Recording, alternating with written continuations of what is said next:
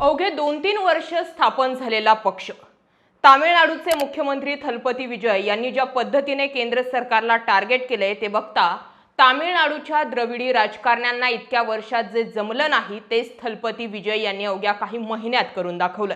केंद्र सरकारच्या डिलिमिटेशन मुद्द्यावरून त्यांनी एक घाव दोन तुकडे केल्याचं म्हटलं जातं। एकीकडे या विधेयकाला तामिळनाडूतून पाठिंबा न देण्याचा त्यांचा निर्णय केंद्र सरकारला अडचणीत आणणारा ठरलाय, तर राज्यात त्यांच्या विरोधकांनाही यापेक्षा काही वेगळी भूमिका घेता येईल अशी जागाच थलपती विजय यांनी सोडलेली नाहीये। सध्या त्याचे लोकसभेत प्रतिनिधी नसले तरी राज्यसभेतील इतर पक्षांचीही त्यांनी अशी काही नाकेबंदी केली आहे की भाजपला दक्षिणेकडून डिलिमिटेशनच्या विधेयकाला पाठिंबा मिळवणं कठीण होऊन बसलंय। भाजपनं डिलिमिटेशन बिल लोकसभेत बिनदिक्कत मंजूर करून घेता यावं यासाठी जंग पछाडली आहे। तृणमूलचे खासदार फोडले, उद्धव ठाकरेंचे खासदार पळवले, यासोबतच अनेक छोट्या खासदारांच्या खासदारांची मोड बांधली। एवढं सगळं करूनही भाजपला दक्षिण भारतात पाहिजे तसा प्रतिसाद मिळवता आला नाही। दुसरीकडे पाठिंबा तर दूरच, पण तामिळनाडूत भाजपला कडवा विरोध होताना दिसतोय। तामिळनाडूचे मुख्यमंत्री झाल्यानंतर विजय यांनी केवळ राज्यातील विरोधकांशीच नव्हे तर थेट केंद्र सरकारशी दोन हात करण्याची भूमिका घेतली आहे। सध्या केंद्र सरकारच्या मतदारसंघ पुनर्रचना म्हणजे डिलिमिटेशन बिलाला त्यांनी दिलेलं आव्हान देशाच्या राजकीय वर्तुळात चर्चेचा मुख्य विषय बनलाय। केंद्र सरकारच्या या बिलाला थलपती विजय यांनी देशात सर्वात तीव्र विरोध दर्शवला। चेन्नईत सर्वपक्षीय खासदारांची विशेष बैठक घेऊन त्यांनी केंद्र सरकारला थेट इशारा दिलाय की तामिळनाडूच्या लोकसभेच्या जागांमध्ये कोणतीही कपात सहन केली जाणार नाही। विजय यांचा मुख्य आक्षेप असा आहे की तामिळनाडू आणि इतर दक्षिण भारतीय राज्यांनी गेल्या काही दशकात केंद्र सरकारच्या लोकसंख्या नियंत्रण धोरणांची अतिशय प्रभावीपणे अंमलबजावणी केली, परंतु आता लोकसंख्येच्या आधारावर मतदारसंघांची पुनर्रचना झाल्यास उत्तर भारतीय राज्यांच्या लोकसभेच्या जागा वाढतील आणि दक्षिण भारताच्या जागा कमी किंवा स्थिर राहतील। यामुळे संसदेत दक्षिण भारताचा राजकीय आवाज कमकुवत होईल। ज्या राज्यांनी प्रगती केली त्यांनाच एक प्रकारे शिक्षा देण्याचा हा प्रकार आहे, असा विजय यांनी युक्तिवाद केलाय। विजय यांनी केवळ तोंडी विरोध न करता या विधेयकाविरोधात तामिळनाडू विधानसभेत एक विशेष अधिकृत ठराव मंजूर करण्याची तयारी सुरू केली आहे। मुख्यमंत्री विजय यांनी केवळ एकाच मुद्द्यावर केंद्र सरकारला घेरलेलं नाही, तर तमिळ अस्मिता आणि संघराज्य रचनेच्या मुद्द्यावर सातत्यानं केंद्र सरकारला आव्हान दिलंय। एक देश एक निवडणूक या केंद्राच्या महत्त्वाकांक्षी योजनेला विजय यांनी लोकशाही विरोधी म्हटलंय। प्रादेशिक पक्षांना संपवण्याचा भाजपचा डाव असल्याचा आरोप सुद्धा त्यांनी केला। वैद्यकीय प्रवेशासाठी असणाऱ्या नीट परीक्षेमुळे तमिळनाडूतील ग्रामीण आणि गरीब विद्यार्थ्यांवर अन्याय होत असल्याचं सांगत त्यांनी ही परीक्षा राज्यासाठी ऐच्छिक किंवा रद्द करण्याची मागणी लावून धरली आहे। केंद्राकडून हिंदी भाषा लादण्याचा कोणताही प्रयत्न तामिळनाडू सहन करणार नाही, ही भूमिका त्यांनी नेहमी स्पष्ट केली आहे। तमिळ भाषेच्या संवर्धनासाठी आणि केंद्राच्या शैक्षणिक धोरणातील त्रुटींवर त्यांनी कडक टीका केली आहे। दुसरीकडे जीएसटी मधील राज्यांचा वाटा आणि आपत्ती व्यवस्थापनाचा निधी वेळेवर न देण्यावरूनही त्यांनी केंद्राच्या आर्थिक केंद्रीकरणाच्या धोरणावर जाहीर नाराजी व्यक्त केली आहे। थलपती विजय हे तामिळनाडूतील प्रचंड मोठा जनाधार असलेले नेते, म्हणून काही दिवसातच ते आणखी मुसंडी मारतायत।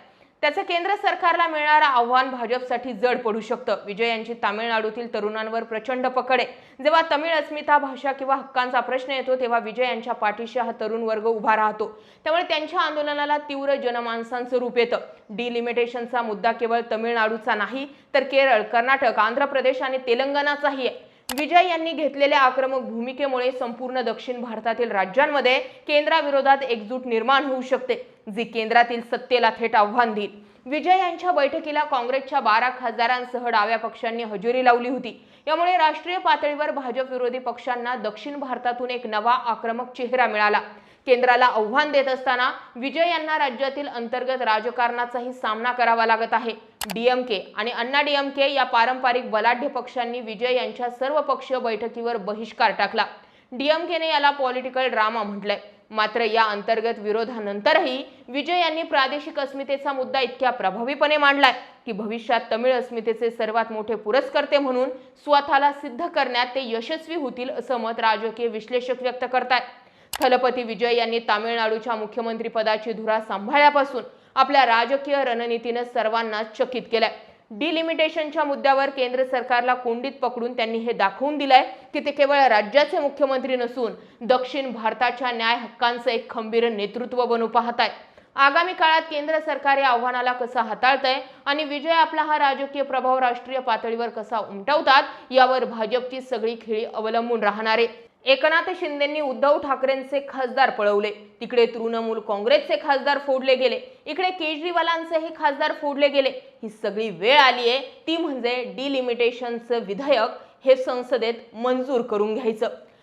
अगोदर फक्त कुठलाही विधेयक आणायचं आणि 5-10 मिनिटात ते मंजूर करून घ्यायचं. विरोधी पक्षाची बाजू न ऐकताच विधेयकं मंजूर होत होती अशी परिस्थिती होती. पण जेनझीचं जंतर मंतरवरील आंदोलन आणि त्यानंतर सरकारला बसलेला फटका, परिणाम असा राहिला की आंदोलन संपून जवळपास 15-20 दिवसांचा कालावधी उलटत आलेला असला तरी सुद्धा अजूनही जेनझीच्या आंदोलनाबाबत बोललं जातंय. जंतर मंतरवरील कॉक्रोच जनता पार्टीचे संस्थापक अभिजित दिपके यांच्या घराभोवती पोलिसांची अजूनही रेकी होती. निम्म्या रात्री अपरात्री पंतप्रधान नरेंद्र मोदी हे रील शूट करतायत. थोडक्यात इतका मोठा जेनझीच्या आंदोलनाचा धक्का बसलाय की प्रत्येक राज्यातील मुख्यमंत्री सुद्धा या जेनझीच्या आंदोलनामध्ये कशा पद्धतीने कुरघोडी केली गेली, कशा पद्धतीने बाहेरून फंडिंग केलं गेलं, कशा पद्धतीने यामध्ये गुन्हेगार शिरले होते, या सगळ्या गोष्टींबाबत अख्ख्या राज्यातील जिथे जिथे भाजपाची सत्ता आहे तिथे तिथे बोलावं लागतंय. आणि त्यामुळेच आता एकांगीच फक्त आपलंच खरं करण्यामध्ये आणि हे डिलिमिटेशन विधेयक मंजूर करण्यामध्ये भाजपला जितकी ताकद हवी आहे किंवा जितका कॉन्फिडन्स त्यांचा होता तो कॉन्फिडन्स, तो अति आत्मविश्वास आता फसल्या जमाय. आणि त्यामुळे काही प्रमाणावरती केंद्र सरकार घाबरलंय असं म्हणायला हरकत नाही. आणि त्यातल्या त्यात विजय थलपतीने जर तामिळनाडूतूनच फक्त विरोध उभा केला असता तर ठीक होतं. पण विजय थलपतीच्या शब्दावर किंवा फक्त एक राजकीय व्यक्तीच्या म्हणण्यावर उभा महाराष्ट्र नव्हे तर देश एकत्रित येऊ शकतो इतकी मोठी क्रेज गेल्या 2 ते 3 वर्षात थलपती विजयने मिळवलेली. आणि त्यामुळे आता विजय थलपतीमुळेच हे डिलिमिटेशन रोखलंय का हे पाहणं महत्त्वाचं आहे. तुम्हाला काय वाटतं? ज्या ज्या राज्यांनी आपल्या राज्यातील लोकसंख्या नियंत्रित ठेवली होती त्या सगळ्यांवरती डिलिमिटेशन बिल म्हणजे एका प्रकारचा त्यांचा आवाज दाबण्याचा प्रयत्नच असणार आहे का? कमेंट जरूर करा. जय महाराष्ट्र.